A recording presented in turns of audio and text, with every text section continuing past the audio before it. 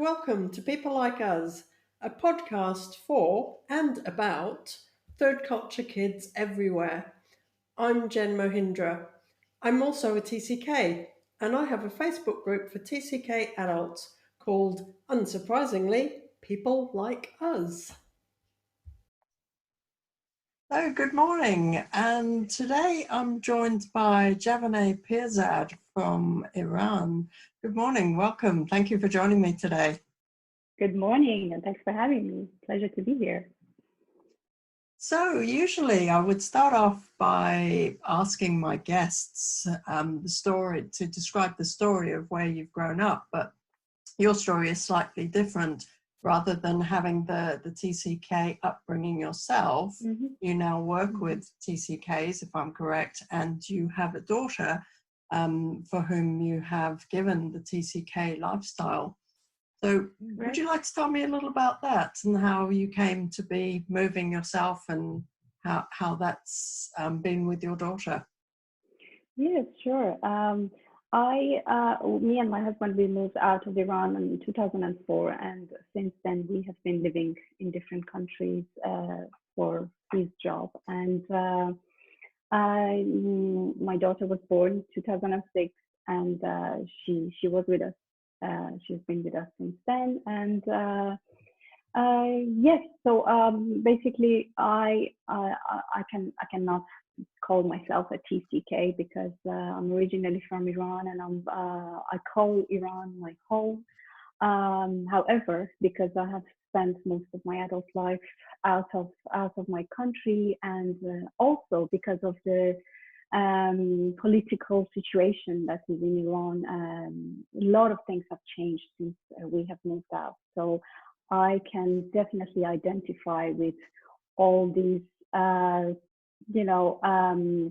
basically issues in TCKs around where do I belong and where is home. And so, yes, but I'm also aware that these issues exist for my daughter, very, very alive. And since she has become a teenager, the moves that we have done have been a little bit more difficult for her because of losing her friendships, and obviously she's more invested in her relationship and friendships, and this has become a little bit more difficult for her. So yeah, we are all in the same pool together as a family. I think we all deal with the losses, the grief, all the issues that TCKs go through. So we're all together in that. Oh, sure.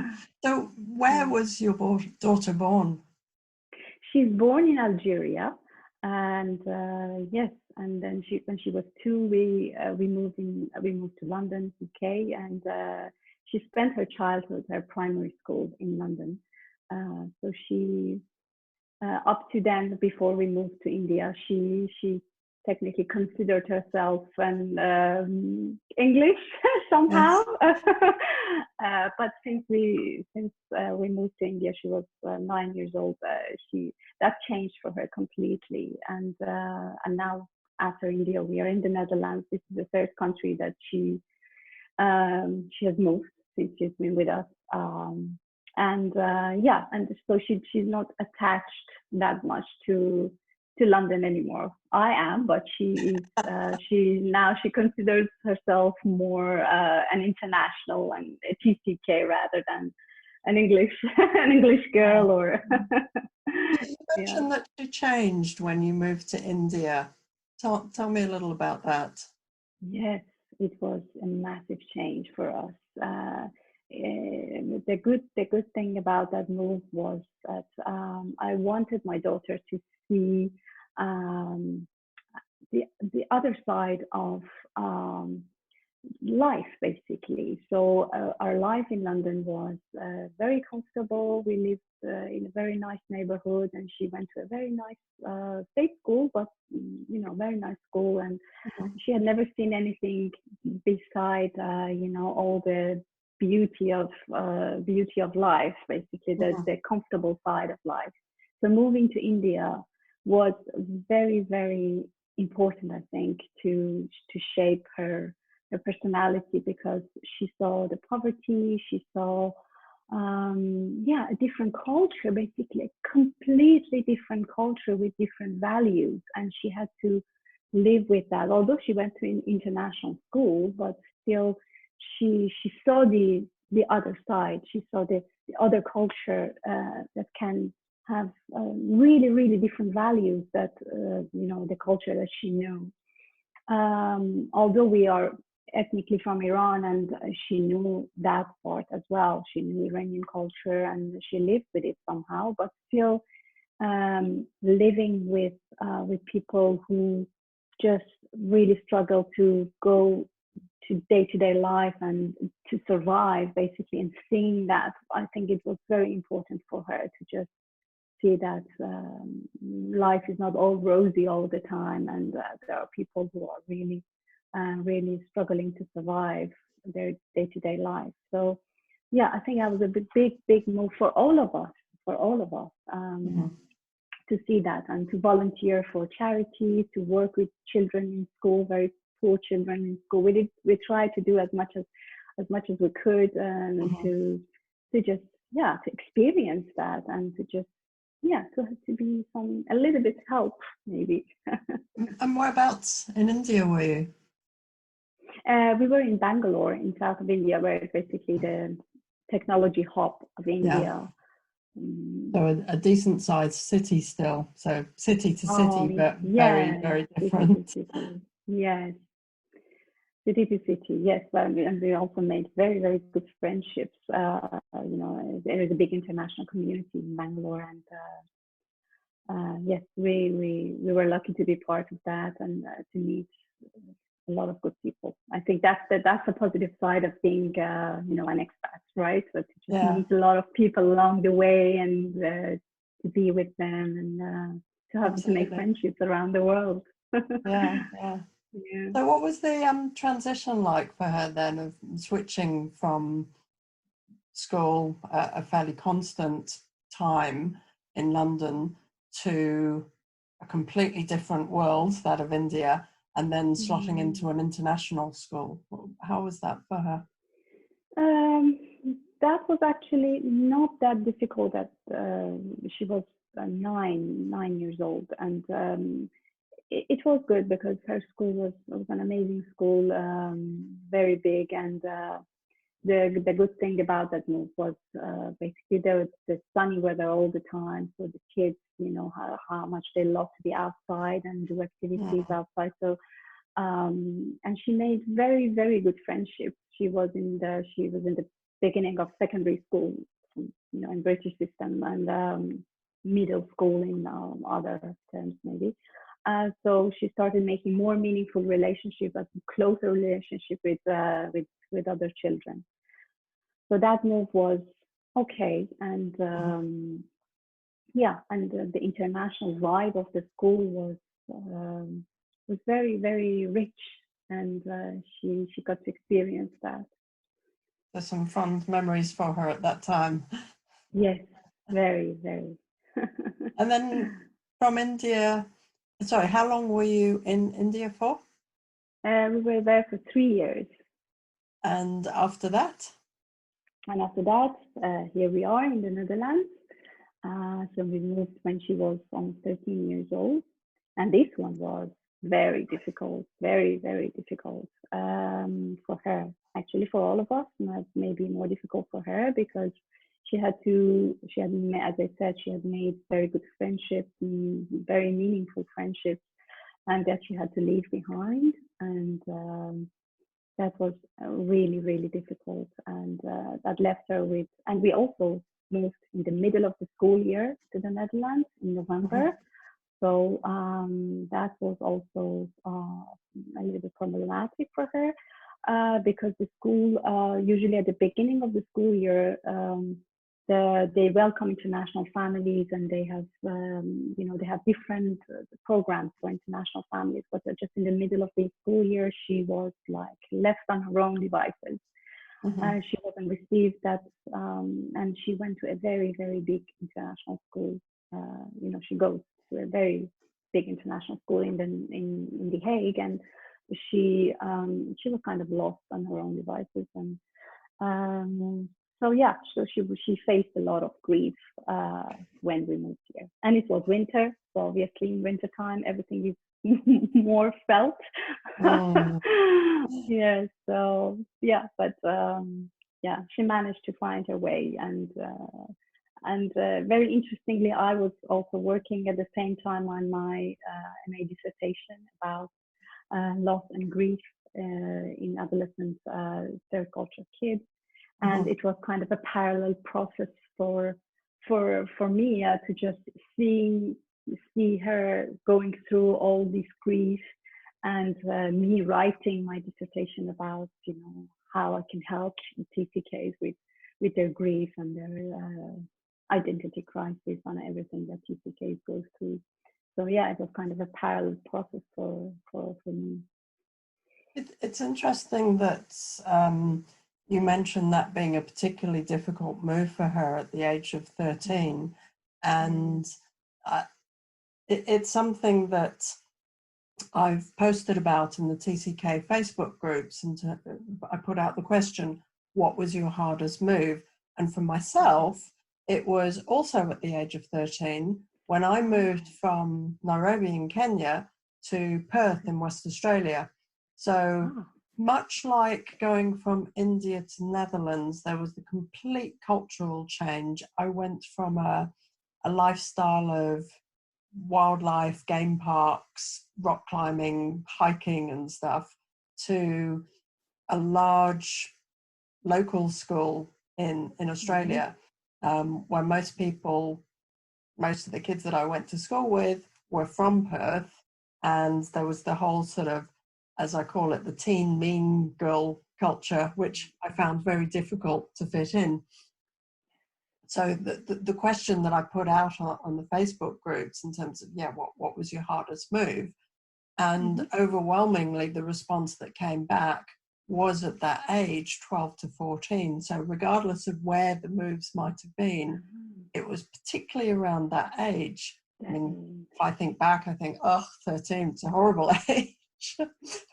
What are your thoughts on that, and particularly with the work that you did for your dissertation?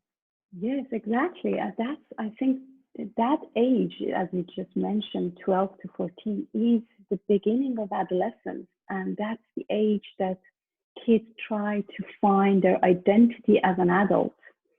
And also, that's the age when the peer groups and social groups become very, very important for them. So basically, at that age, they take their distance from parents to just be with their friends, to be with their peers and the people who want to live with in the future. And that becomes very crucial for them. And losing those social groups is really, really difficult. And also the identity, because they are trying to find their adult identity around that age. They're trying to find who they are. And, I'm pretty sure you're familiar with the Ruth Van Recken and David Pollock book, the famous, the Bible, basically. The Bible, yes. They talk about mirrors and anchors, and the people who live in a monocultural societies,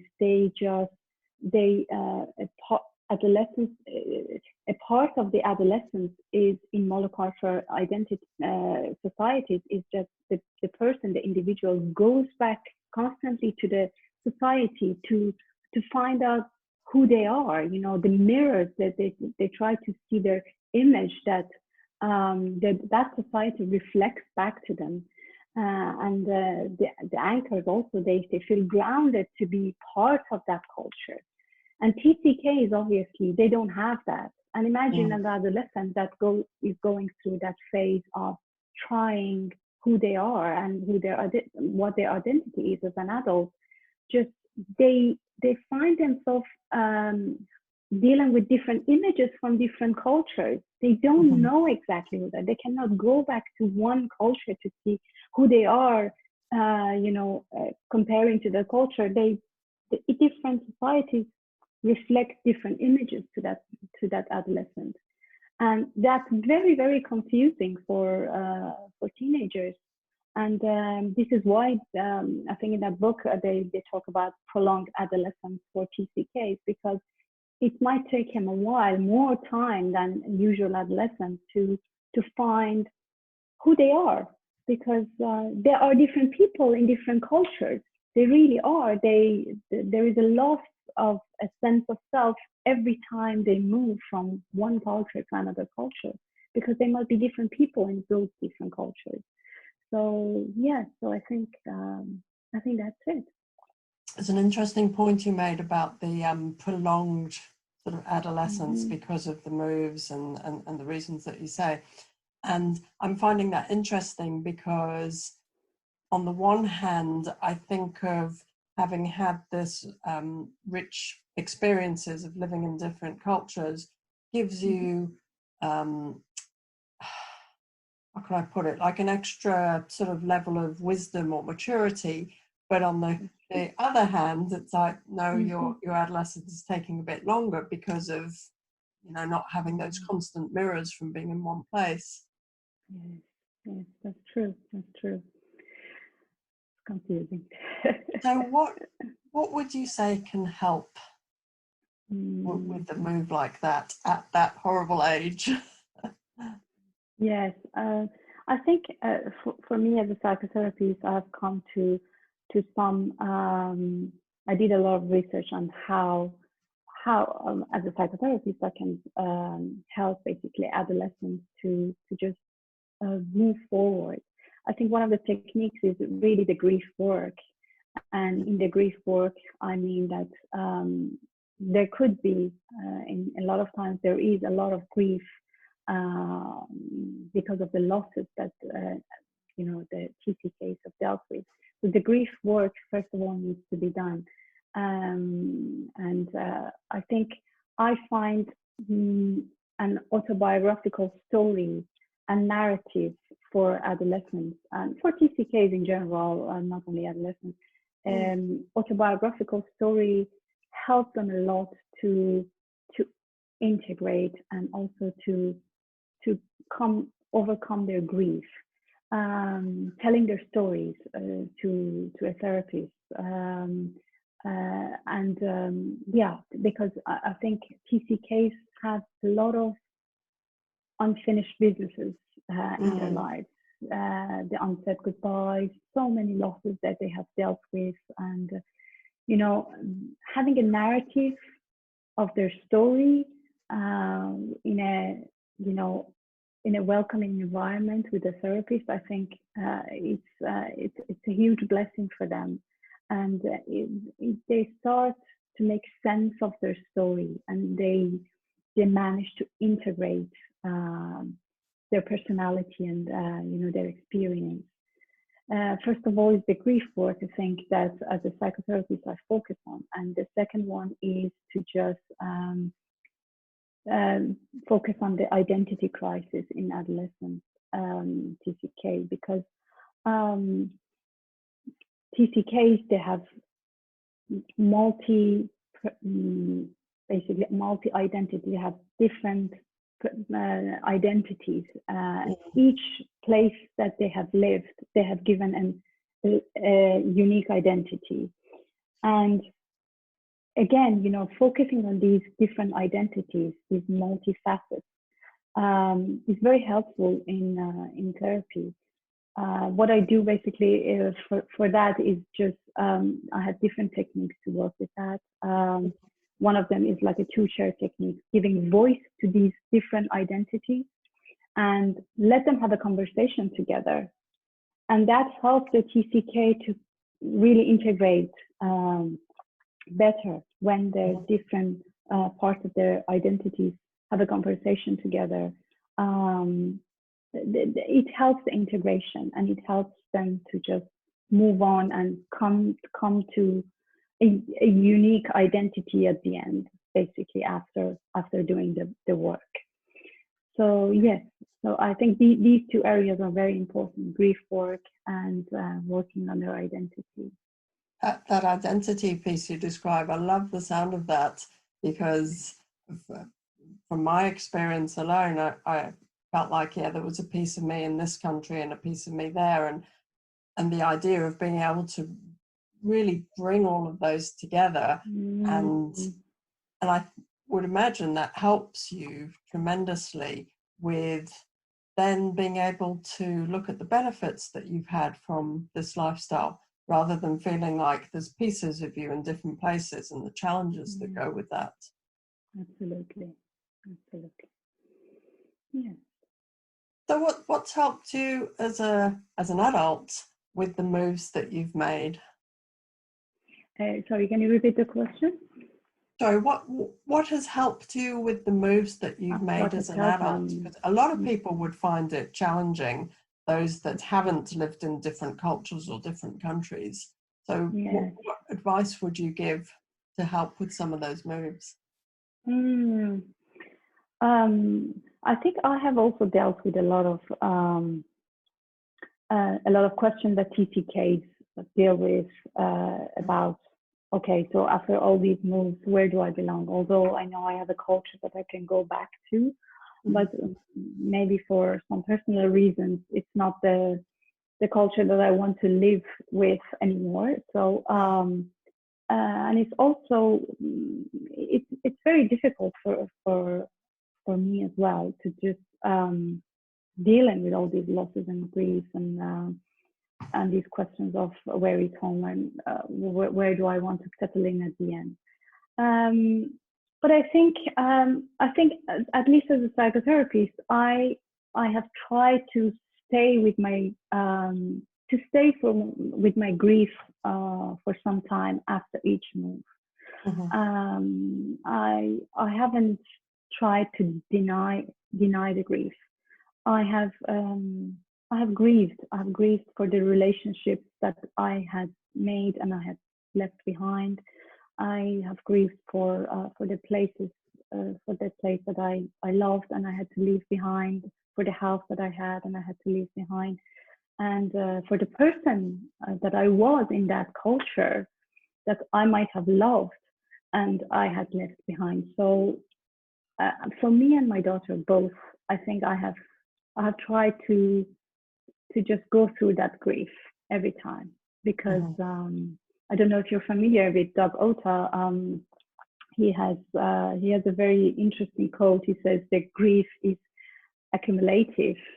If you run from it, he will catch you at the end and clear the bill. And I think for me that's very valid.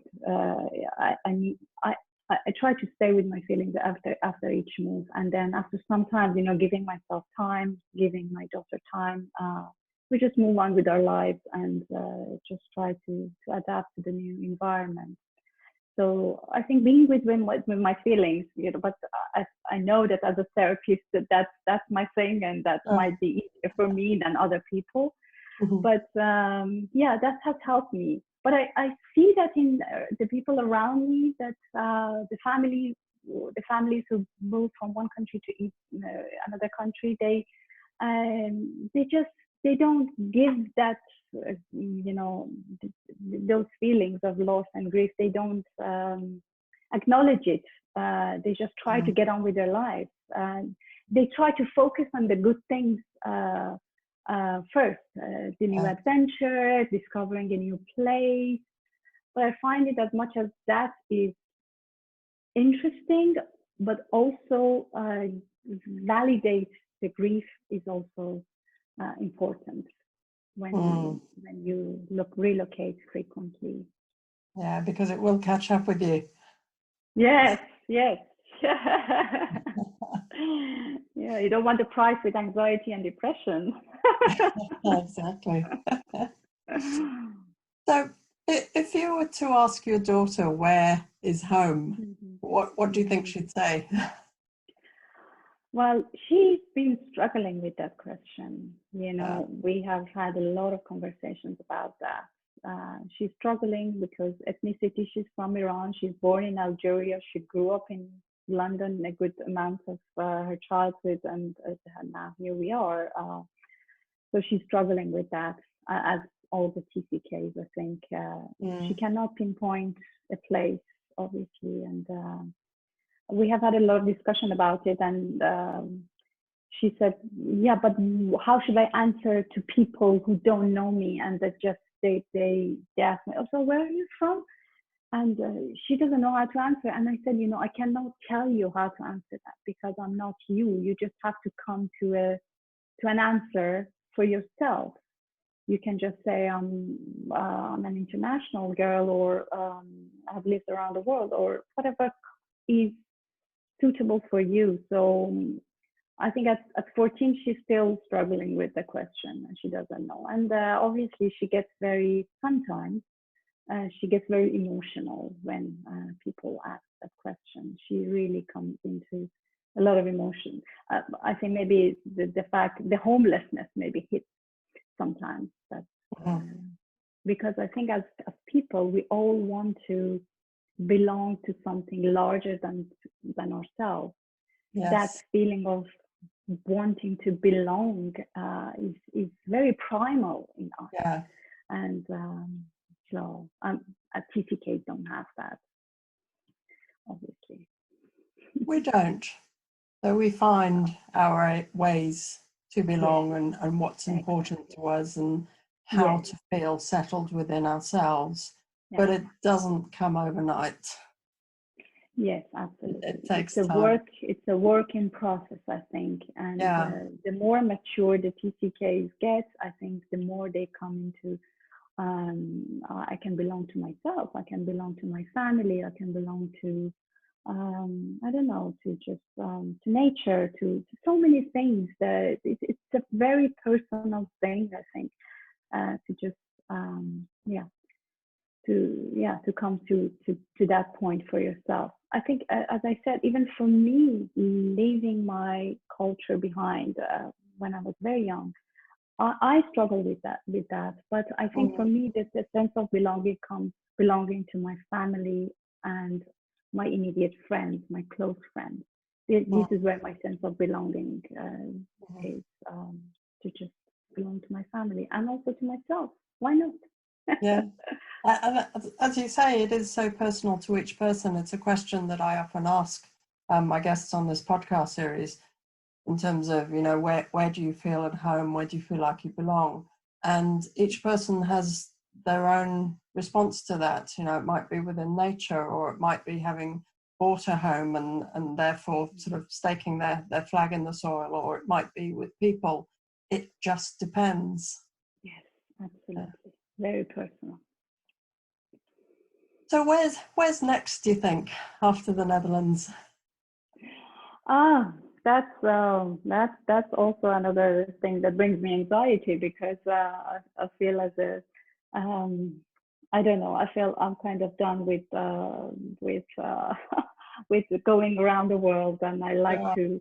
I'm just getting a little bit older, and I like to settle down and just have a home for myself. Obviously, for me, it's always London. I like to go back to London and settle there. And we eventually want to, but after Netherlands, I don't know. Hopefully London, but I cannot just say for sure. Well, I'm flying the flag for London because I've been here for 16 years now, which is long. I've lived in one place, and there's a few things that make it an easy place for me to be. It's family, having my people here, and it's such a multicultural melting pot. It's very easy just to blend in. And for me, also, having lived in Australia prior to the UK, the travel from here is so much easier than having to do a 24-hour flight to get anywhere from Australia. So I think there's lots of pluses for a TCK or international person to settle in London. Yes, it's a very international place to be, and a lot of people are not from there, so you don't feel like a stranger. Absolutely. Yes. I usually like to wrap up on a positive note. So what would you say has been the best thing for your daughter with her international upbringing? Oh, I think there are so many good things about, being a TCK. I think the most important thing is just it's a gift to have such a broad view of life.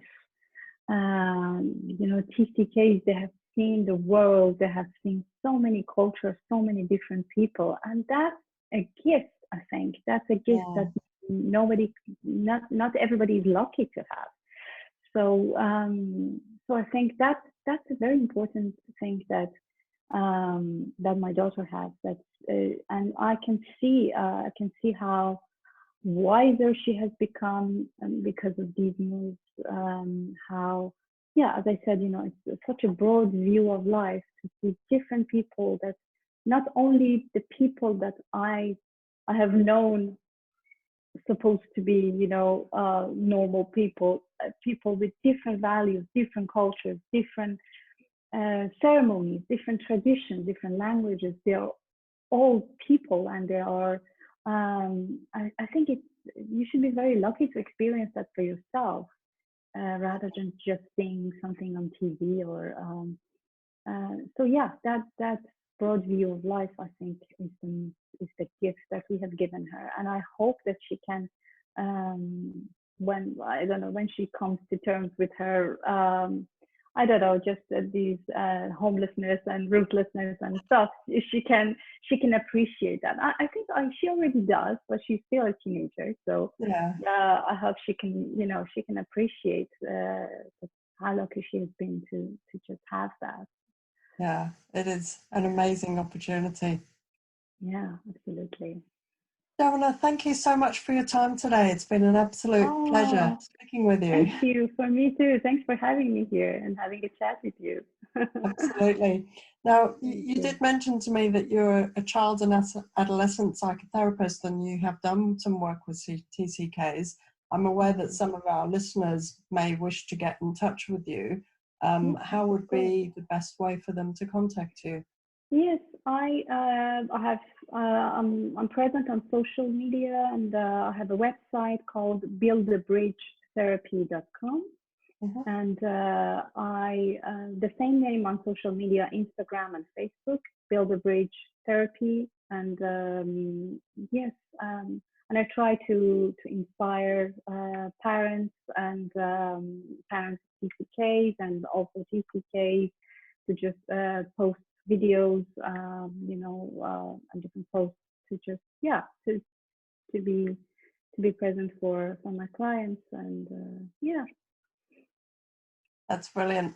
Thank you so much, Javaneh. Thanks for your time. Thank you very much. Thanks for having me. Pleasure. Bye. Thanks for listening to People Like Us. If you'd like to join an online community full of people like us, hop over to Facebook and search for People Like Us. You'll find my group, and you're very welcome to join us.